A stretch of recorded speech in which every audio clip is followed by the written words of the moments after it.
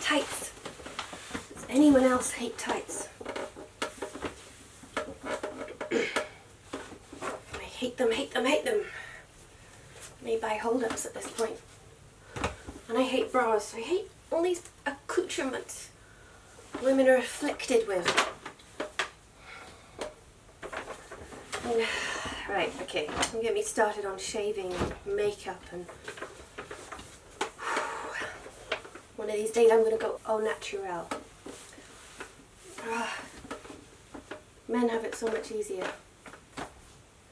Do you know even men's like socks and underwear, everything is better quality for men. Women are ripped off by society.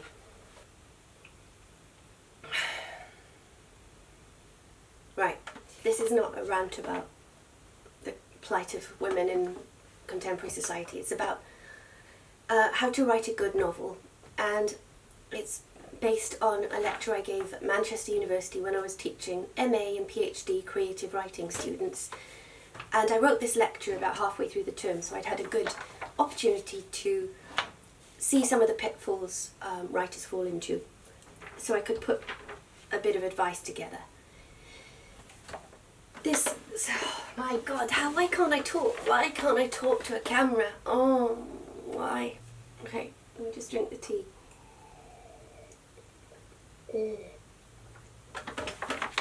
God damn it.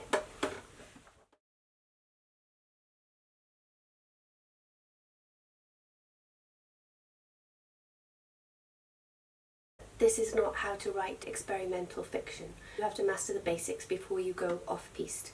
So this is just how to write a really solid, good, publishable novel. The first section I've titled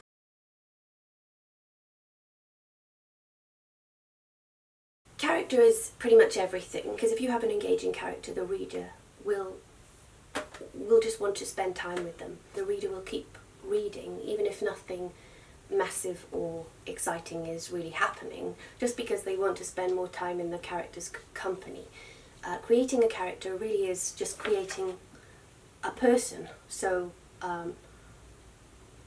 they could be a boring person, or they could be a really engaging person and an interesting one. They can also be a psychopathic person. Look at American Psycho by Bret Easton Ellis. Patrick Bates, is that his name? Patrick, I always confuse it with Norman Bates from Psycho, Hitchcock's Psycho. Patrick, I think it's Patrick something. He's psychopathic, and the novel is really disturbing, but the character of Patrick is so engaging, one, because he's witty, and two, the really clever thing is the author gets us to empathise to an extent with him, because we see that the society he's living in is so soulless. I think the real villain of the novel is capitalism, not the psychopath that's the protagonist. So that's an example of a character that can be deeply objectionable, but still incredibly engaging, and the reader can't put the book down because they're so involved. Henry James said, "What is character but the determination of incident? What is incident but the determination of character?" In other words, what a character does determines who he is. So the best way to show what a character is like is by giving him things to do, because that's what really determines who we are in real life and who a person is in a book. And it also means that if you nail the dramatization of a character, you've got your plot. Lots of novels which are kind of more organically written, which don't have an obvious plot, like lots of J.M. Coetzee's fiction. Things just seem to happen in a very ordinary way, as they do in real life. But those novels are still, I find them really unputdownable. I'm thinking of something like Disgrace, for example, where a teacher has an affair with his student. It doesn't seem plotty, but it's still incredibly compelling, because we believe the character. He's deeply flawed, but we sympathise with him, empathise with him, and are with him. We're completely taken into the book. I've said here an extreme example of this is Rachel Cusk's recent autofiction, where the protagonist or character is hardly painted in at all. She is hardly more than an outline, which is actually the title of the second book. Outline? No. First or second book in the trilogy. Pretty much all we know is what she's doing. And yet precisely because that's all we know, we're completely involved with her. So I can't overemphasize how important action is in dramatising character.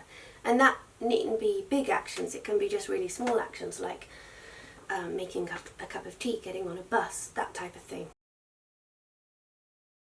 A character's action springs from their desires and their fears, so we have to decide as a writer what the character wants. Usually an obvious answer will present itself. For instance, in my first novel, The Land of Decoration, the 10-year-old child narrator doesn't want to go to school.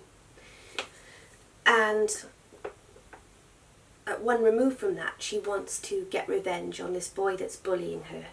In my second novel, The Professor of Poetry, what the protagonist wants is to write this brilliant thesis.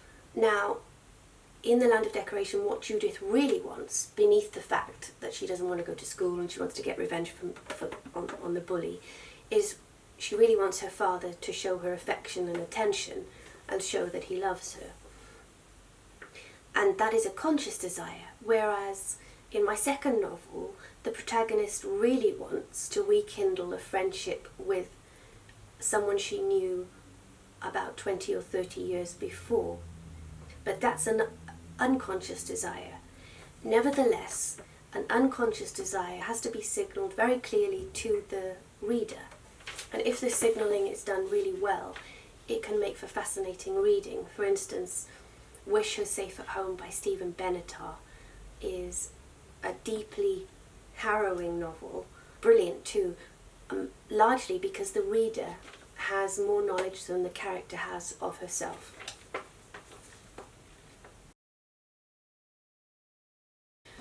In order to help crystalline the essence of my characters, one thing I did when writing my novels was to write down 5 essential character traits of each. I also wrote down 5 sentences describing their relationship to the other characters in the novel and their relationship to anything that was central to the story. So this can be their relationship to something inanimate. For instance, in The Land of Decoration, Judith, the child narrator, has a very intimate relationship with a model world in her bedroom. And so I made a little timeline describing in one sentence how her relationship to the model world undergoes changes throughout the course of the novel. For instance, to begin with, she believes it is very precious and draws solace and entertainment from it. Then she comes to believe that through it she's carrying out the will of God. And at the end of the novel, she comes to hate and fear it. Some questions to ask to ensure you're creating strong characters are my characters asserting themselves through choice, rather than being simply a passive onlooker?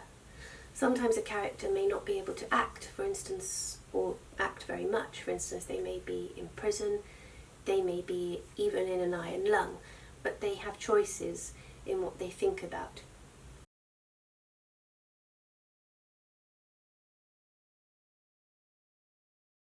Are you forcing your character into more and more difficult dilemmas? Nothing moves forward and nothing develops without conflict. 3. Does the character have a plan? Everyone has a plan in life, whether it's conscious or subconscious, in order to try and get what they want or to keep away what they don't want. 4. If you're having trouble thinking what a character would do in a certain situation, imagine you are that character and ask yourself what you would do. 5. Emphasise reactions. Reactions of other characters to your central character can be incredibly revealing. They can tell the reader more about your character than what that character themselves says or does. A perfect example of that is Rachel Cusk's recent autofiction, where pretty much all we see are other characters' reactions and comments about the central character.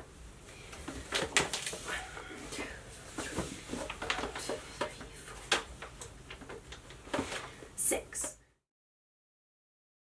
Melodrama only occurs when we can't believe a character's motivation.